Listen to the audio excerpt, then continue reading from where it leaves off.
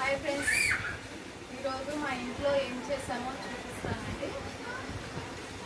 White rice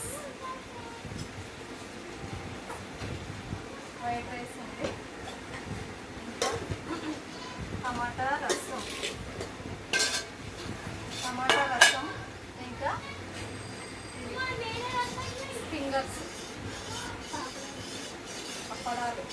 మేము తెలుగులో సొంగలు అంటామండి దీంట్లో. ఇది టమాటా రసము, ఇది పాలకూర.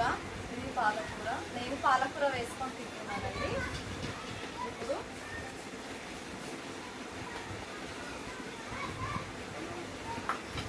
మామిడిపండు పెరుగు అండి.